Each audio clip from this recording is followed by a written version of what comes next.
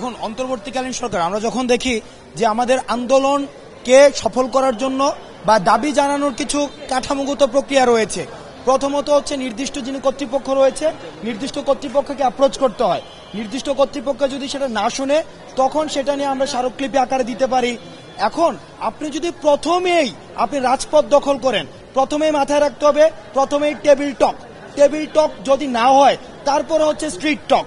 কিন্তু তারা যায় প্রথমেই তারা স্ট্রিট শুটে যেহেতু চলে যায়, এই কারণে অন্তর্বর্তীকালীন সরকারের কাছে আমাদের আহ্বান থাকবে যে এই ধরনের রাষ্ট্রবিরোধী আমাদের যে স্টেটের যে ফাংশনসগুলো রয়েছে এই ফাংশনসগুলোকে যারা বিতর্কিত করতে চায় তাদেরকে সুবিধাভোগী হিসাবে চিহ্নিত করে তাদের বিরুদ্ধে আইনানুগ ব্যবস্থা নেওয়ার জন্য আমরা অবশ্যই আহ্বান জানাবো। আচ্ছা, আমি এইচএসসি পরীক্ষার বিষয়ে আমি একটু এক মিনিটে আমি ডিটেল বলি।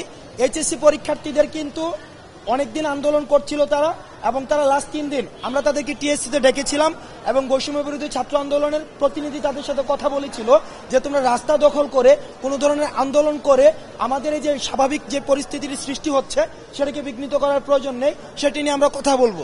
কিন্তু আজকে আমরা খবর পাই যে তারা তাদের একটা প্রতিনিধি দল, অন্তত 300 বা 400 একটা দল, তারা হচ্ছে সচিবালয়ের গেট ভেঙে সরাসরি সচিবালয়ের যে কম্পাউন্ড দখল করে নেয় এবং তারা এক ধরনের একটা মবোক্রেসি ক্রিয়েট করার চেষ্টা করে। আমরা খবর পেয়ে সেখানে যাই এবং তাদের কাছ থেকে আমরা 3 জন বা 4 জন প্রতিনিধি নিয়ে আমরা সচিবের সাথে কথা বলতে যাই, কিন্তু দেখা যায় তাদের থেকে 3 জন বা 4 জন কোনো প্রতিনিধি তারা দিতে রাজি হননি। বরং তারা যেটি করতে চান, তাদের যে 300 বা 400 যে মবটি ছিল এই পুরো মবটি নিয়েই তারা 18 তলায় উঠে যান। 18 তলায় উঠে গিয়ে আমাদের